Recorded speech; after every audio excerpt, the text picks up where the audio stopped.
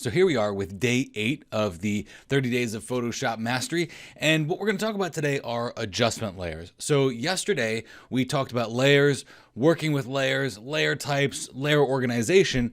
And one of the layer types that we talked about in there was an adjustment layer. Now the adjustment layer is an extremely powerful layer, and that's exactly what we're going to be talking about today. And the cool thing about this is it's not just one layer.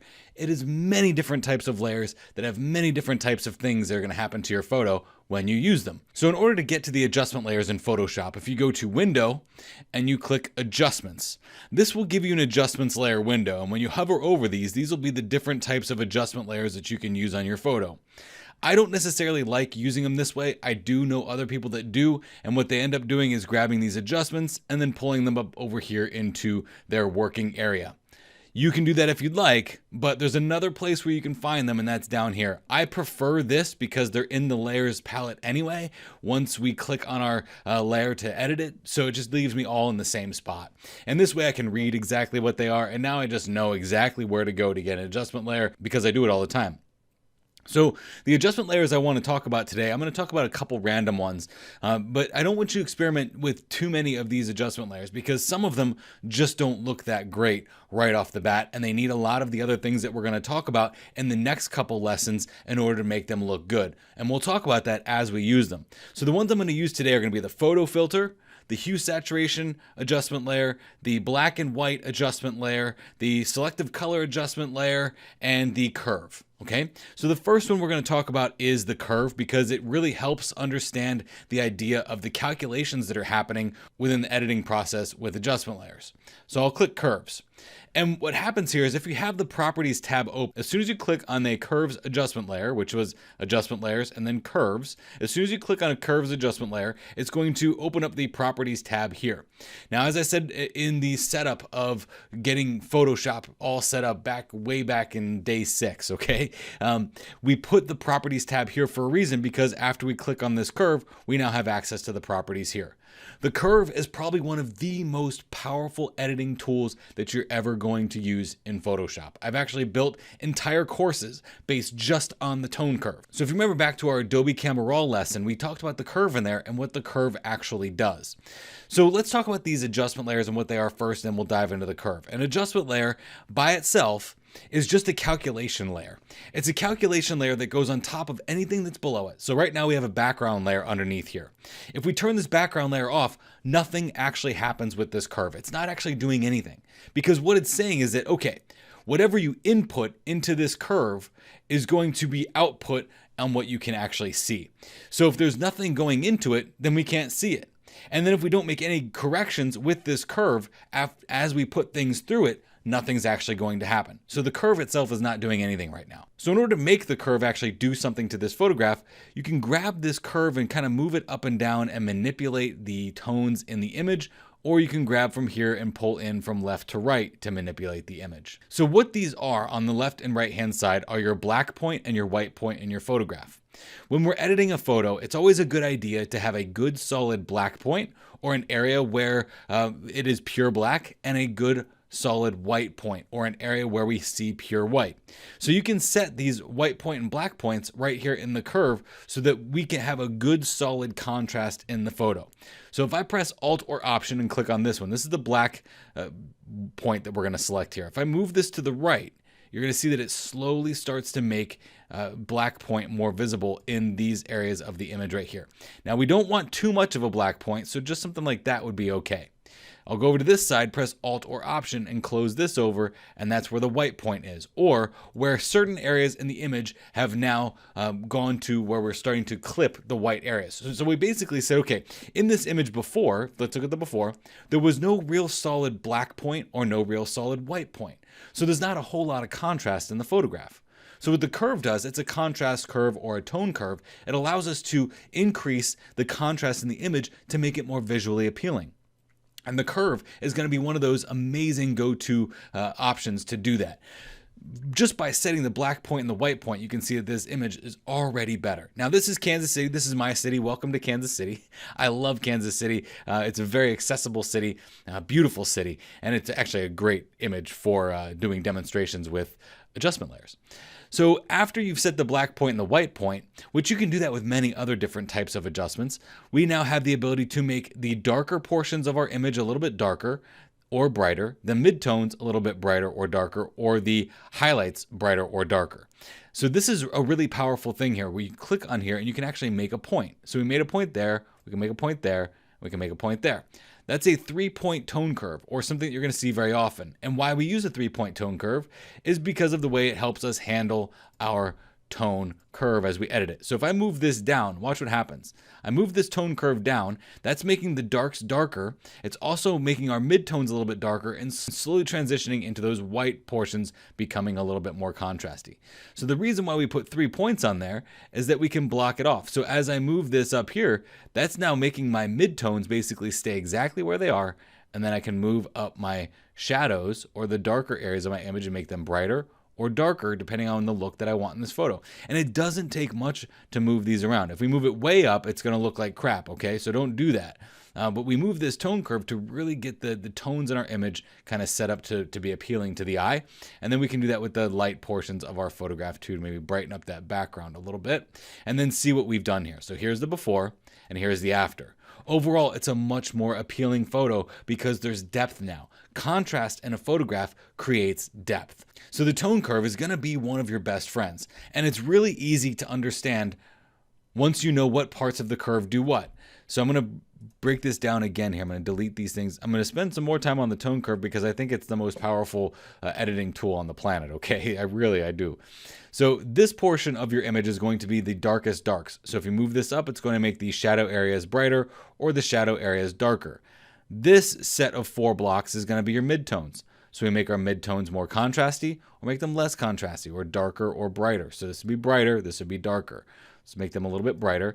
And then this set of 4 blocks up here then becomes a transition into your highlight areas to make them brighter by moving it up or darker by moving it down. So you can see how this tone curve can have a very nice effect on our photograph when we understand the different parts of what we're editing. A lot of times what you're going to see here is people will find that black point and white point. They press Alt or Option. They click on this to get a good black point or an area where we have pure black that's going to be shown with what you see there in our blue channel.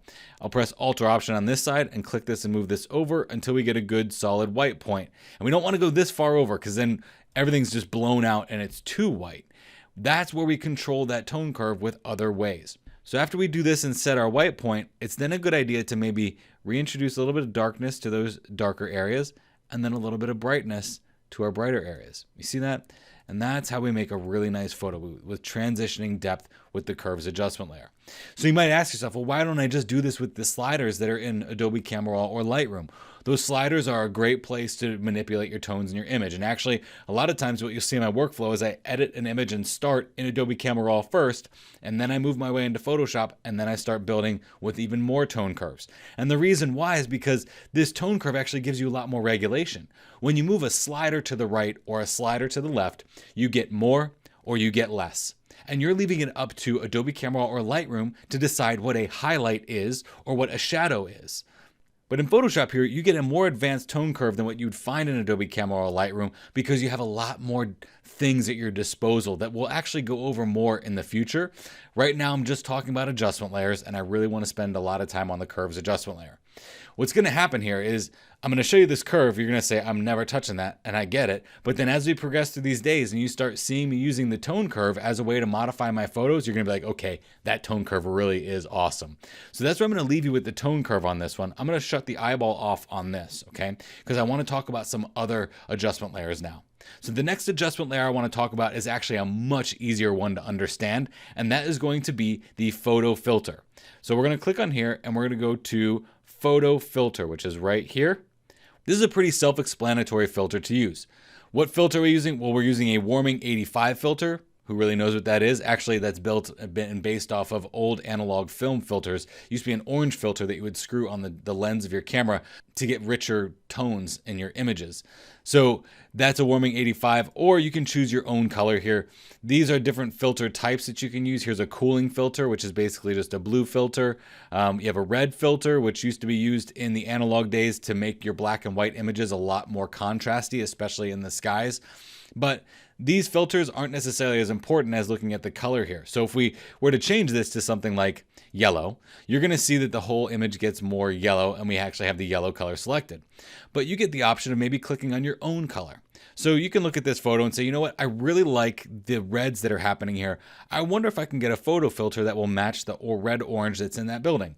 Well, if we click on this color here, it's going to bring up the color picker. And with this color picker, you can change this color to anything that you want, which is really awesome because maybe you want a lighter color to come in here and edit this picture with. Or you want to go with something like a blue, or you want to try to find a red orange that's going to match that red orange that is on that building. We might go with something like this, and then we'll press OK. So now what that photo filter is doing is it's basically using a color that we find in this image to amplify and enrich the tonal or color contrast in the photo. Now the density here, this is how strong that photo filter is going to be. So if we move this to 100%, it's not going to be very good, but it's going to look like an old vintage image. If we bring this down to something like, 10 or 25%, somewhere between 10 and 25% is a good idea.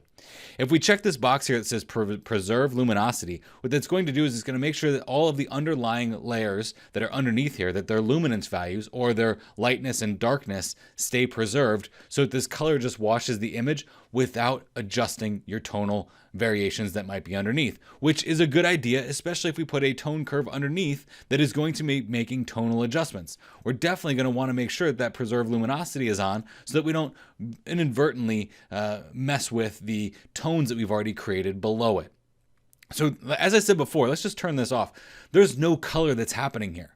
No color is happening here. Even though this photo filter is selected with this color on it, you'll notice that nothing is actually happening in this layer. It needs the data that's underneath it in order to create it. That's why we call this a calculation layer, because it's doing these calculations. It's basically saying, okay, if this color in this image looks like this, and you blend it with this, this is going to be the output that you get. And it's visually showing you the output as you edit your photo. So if you turn the preview of this off, you can see what it looked like before putting it on there or after.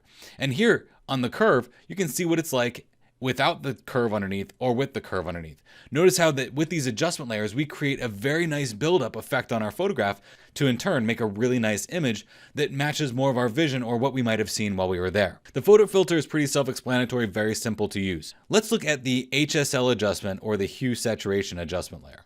Now, in any given color, there are three different properties of that color. The hue of that color, or what color is the color, the saturation of that color, or how intense or pure is that color, and the luminance of that color, or what's the value or shade of that color. So what the HSL adjustment layer here does, it's very confusing when you first look at it. When you put an HSL adjustment layer on it, it says hue saturation adjustment layer. It used to be called HSL because of the hue, saturation, lightness, HSL. So the hue saturation adjustment layer is a really powerful layer because it allows you to modify the colors in your image to whatever you see fit. If we look at this and it says master here, what that means is that it's going to include all of our reds, yellows, greens, cyans, blues, and magentas in this adjustment. But if we were to select this and maybe say, okay, just target the reds, we can do that as well. So if we were to bring up the saturation, you're going to see that the colors are getting more intense. As we said, saturation is the intensity of the color. Now, bring it up like this is never a good idea. And I'll show you why, because if we zoom in back here, you can see that this JPEG artifacting or pixelation that we're getting back there, because what's happening is every pixel in the image has a certain color value. So when you tell every pixel in the image to just get super saturated, the result doesn't look very good because what we're seeing here are the actual individual pixels, if we zoom in here, getting their full and heightened potential of color that's available in them. So this pixel is actually a green base, this pixel is a yellow base, and you can see that. You see that? Now, when we have this down to 0, these pixels actually look gray, as they should. When we're zoomed into that wall, they should be gray. But because those pixels each have a different variation of color that make them up, we start to see this super saturation happening here. So this is what we can do actually. I'm going to go ahead and just make this 0. So let's click on this HSL adjustment, and what I'm going to do is I'm going to grab the foreground color here. This is your foreground color, this is your background color.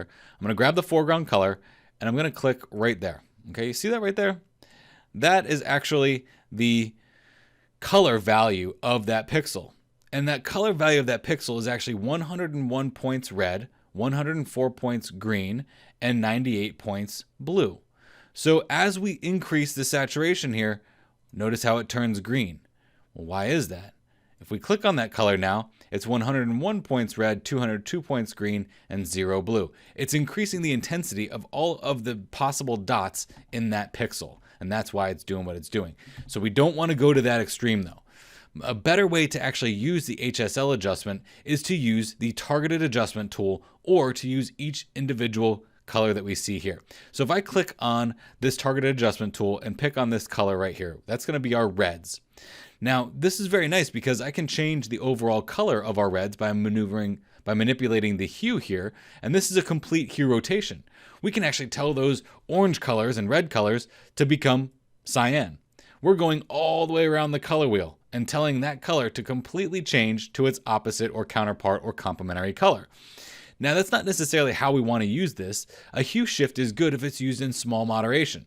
So if I move this down to the left, you can see that we started to make those reds a little bit more intense, and we didn't do it using saturation. We did it by modifying what color that color was, or making the reds more red. We can also increase the saturation if we want, but we have to be careful. We never want to do something like this. We don't only want to use this saturation slider in very small increments, like maybe only moving this up by, 6 or 7, okay? And then the lightness or the luminance value or the value of that is going to be how dark or how bright those reds now are. So if you do increase the saturation quite a bit, I would recommend that you also come in here and make that color a little bit more dark. And notice how we're starting to make those colors a lot more rich. Let's look at our before. Here's our before. Here's after our curve. Here's after our photo filter that gives it a nice wash of color. And here's after our HSL adjustment that we've now increased the reds to a -8 in the hue rotation, plus 40, or making them more intense, and then also making them a little bit darker to match that intensity that we have here of the color. So we can make the colors more rich in our photographs, and that's always a good idea to do. A lot of times when I'm editing my images, I selectively make one color brighter, more intense, more saturated than another color. We can also then click on the targeted adjustment tool again and click on maybe this blue area here, which is going to be the cyans. And here we might increase the saturation of those cyans.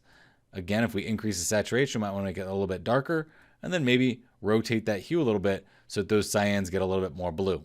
See that? Now, the intensity of this is quite strong, so I'm going to go back into those reds and decrease that a little bit because it's a little bit too much to my eye. And then I might drop that hue rotation down a little bit, and that looks pretty good. Okay, so now let's move on to another one. Another one that I like to use is actually called the selective color adjustment. And the selective color adjustment is similar in nature to the hue saturation adjustment because it does allow you to modify the colors in your image, but it gives you kind of a governor. It won't let you do certain things. It won't let you go to an extreme that the HSL adjustment does. Instead, if we think about those points as we looked at that pixel and how much green is present, how much red is present, how much blue is present, we now look at selective color, and selective color gives us the ability to go into those individual pixels and bump up the percentage of a color that's in that color, which it's a really powerful tool. And when you're doing your homework today, what I want you to do is experiment with this.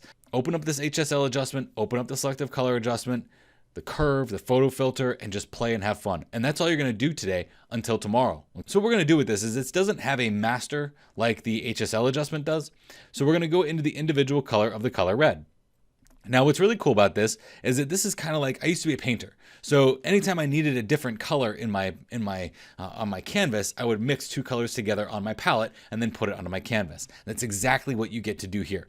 So if we take the reds here and we bring up the cyan here, that's adding more cyan to the color red, which cyan on the color wheel is the complementary color to the color red. So it's going to decrease the intensity of that color red because we're adding more cyan to that red. Now, if we drop this down, we're going to remove saturation from that color red, which allows it to get stronger. Now, if we move down here, we can add some magenta to that color red to do a little hue shifting here. Now, what you saw in the HSL adjustment with the hue shift was literally we just grabbed a slider and moved the hue. Here, we get to mix that hue together, almost like a painter would on a canvas, okay? So if we move this up, we're going to get more magenta in our red. We move it down, we're going to get more green in our red because the opposite of magenta on the color wheel is green. So I'll move that up to give it a little bit more magenta in those reds. And then here we can add more yellow to those reds to make them more rich, or we can remove some yellow from that red, which is in turn going to add blue, because the opposite of yellow on the color wheel is blue. So if we pull out yellow from a color, we're introducing blue into that color. Because whatever happens, it's like it's an opposite but equal reaction. So if we take this much yellow out, we're actually putting that much blue in, essentially. Or we're pulling that much yellow out, which in turn is creating that much blue, because we can't pull that color out with selective color without something else coming in. So if we increase this, it's going to give us some really nice color in those buildings there. Those brick buildings look beautiful now. This selective color adjustment works just the same with our blues or our cyans. So I can see our cyans here are very cyan. If I wanted to offset that a little bit, I would pull some cyan out of that cyan, which in turn is going to make them more red or decrease the intensity of the color cyan in those pixels. I can add some magenta there to really make that building look black like it should, and then maybe introduce some blue to that. And here we have black. We are adding or removing black from that color of cyan. I think when we add a little bit of black to that, that looks pretty good. So that is the selective color adjustment. Again, a very powerful adjustment, because instead of doing what the HSL adjustment does by totally shifting that color, we're shifting that color by acting like a painter and mixing different colors on our palette. These are pretty advanced adjustment layers, I'm not going to lie, okay? I want to introduce you to these because what's going to happen is throughout the rest of these 30 days, when I start incorporating my workflow into this, you're going to see how I use these adjustment layers in my workflow, and I want to make sure that we talk about them here to give you a foundational layer to build off of. Another adjustment layer that's really helpful here is going to be the black and white adjustment layer. The black and white adjustment layer is a really interesting adjustment layer because what it does is it actually makes our image look black and white, but then it gives us what looks like the HSL adjustment, right? So what this is it's not an HSL adjustment, it's a luminance adjustment. What it's doing is it's stripping the color from our image, but then it's saying, okay, I'm not going to take the colors completely away, but I'm going to allow you to use the colors to make a better, more bold black and white image. Sounds pretty good, right? So if I move this down, you can start to see that we're introducing some black to those reds, which that can be a really nice addition there. Maybe make our yellows a little bit brighter. Notice how the contrast in our image is changing because we're using the colors and just those individual colors to push and pull where the lights and darks are in the photo. So with the cyans, let's make them a little bit darker to darken down those buildings. The blues, we can make them a little darker as well. And if there is any magenta in the image, which there shouldn't be much, I think it looks good if we make them a little bit brighter. Okay, you see that? So that's a way that we can get a really good black and white adjustment on our image just by modifying the luminance values of those colors. It has a targeted adjustment tool in here as well. So if you click this targeted adjustment tool, which looks like a little finger going back and forth, and we click on this color, it's going to say that, hey, that's the blues. So if I click and hold on this, I can move it to the left or move it to the right, and basically use the targeted adjustment tool to modify my black and white image here, which is a really great way to get interactive with your adjustments, especially your black and white adjustments that you're doing. And it makes an overall much more appealing black and white image than to just strip your image of color. Now, what I want you to realize here is that everything that we've done in this layers palette now is a buildup. So we've got the black and white on here. Watch what happens if I remove or turn off the visibility of the curves adjustment layer underneath that black and white. Look at that. It's kind of stale, right? So this is all a build-up process.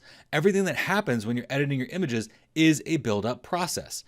So watch what happens if we take the photo filter off. Doesn't seem like that would make that big of a difference, does it? But it does, okay? Let's look at the HSL. Let's turn off the selective color. See the big difference here? So let's turn off that black and white, and let's see what happens if we move the curve on top of that selective color. Let's see what happens if we move the curve on top of the black and white.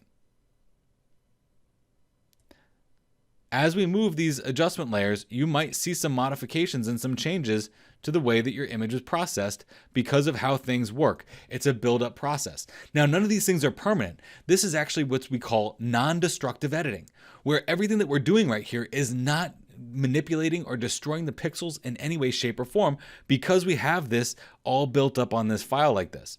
So if I press Alt or Option and click on that background, that's my overall before.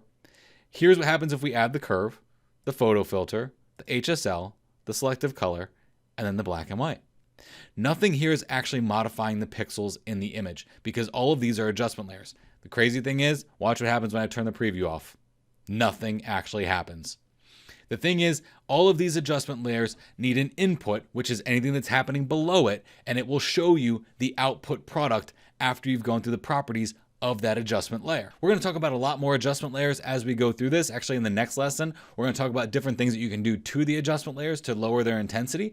But what I want to do right now is give you an idea of how you would save something like this. Okay, so you have two options for saving this. We can save this as a layered document, so Photoshop can always open it up later, or we can save it as a JPEG, where we like this the way it is right here.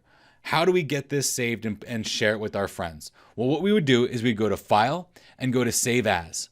And after we go to Save As, I have the option here to save this as a PSD. If I save this as a PSD, that is Photoshop's way of saving a layered document. So it's actually going to save all of these layers here into that PSD file. So what I would recommend you do is I would save things as a PSD document. So we'll save this, so that nothing can happen to this now. If we do anything to this, we always have that PSD document to fall back on.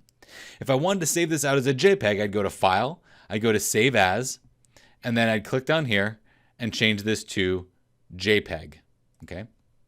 So now that's, you'll see at the end of this, .jpg. So now if I press Save, it's gonna say this already exists because I'll overwrite the image I'm working on right now. So let's call this Edits. Always a good idea. Adjustment layers and edits, okay? Save. And then it's going to ask me what size do I want this to be? Well, if I'm saving it for web, I probably want it to be something low. But if I'm saving it because I want to print it, I want it to be something high. And I'll press OK. So now I'm going to go back to my file here, my folder. And then in my lesson 8, I should see a couple different documents here. I've got the edits right here. I've got the layers right here. And I've got the image that we worked on that we started from here. This is the raw file that I built this from. That you don't see this. You won't see this when you are in the course. These are just mine. Okay. So I'd like you to actually save this as a layered PSD file, and I'd like you to also save it as a JPEG after you're done playing, and save multiple variations. Save it as layers edit 1, layer edit 2, or layer black and white, or layer bigger color, better color, however you want to save that. But save these out and get in the habit of saving things as both a JPEG and a PSD file so you don't lose the layers. One thing I do need to mention here though is that a PSD file is going to be much larger. Notice how this is 7.74 megabytes as a PSD file. And this one is 1.69 megabytes. This one's almost 6 times larger because it's a PSD file. That is going to be true to nature for everything you do in Photoshop. So if you're working on big files and you save them as a PSD, so you get some big Sony A7R4, A7R3 files, just know that that file is going to be 6 or 7 times larger than even the raw file that you created that from. If it's a JPEG, JPEGs will always be small because it's compressed data. There are other file types that you might end up using in Photoshop, but for now, the two ones I want you to know are JPEG and PSD. PSD file for the layered document, and the JPEG that's what you're going to send out to your friends, and that's what you're going to print. So your homework for today, play with these adjustment layers. Just restrict yourself to these adjustment layers for now though. And that's going to be the curves adjustment layer. Really experiment with that one. Beat that one up, okay? The photo filter, the HSL adjustment layer, the selective color adjustment, and the black and white adjustment. And then I want you to save it as a JPEG, and I want you to save it as a PSD file. PSD file for all the layers that you have, and a JPEG for the final rendered document. Tomorrow, we're going to talk about 2 ways that you can alter the look of an adjustment layer, or any layer for that matter, in your layers palette with opacity and fill.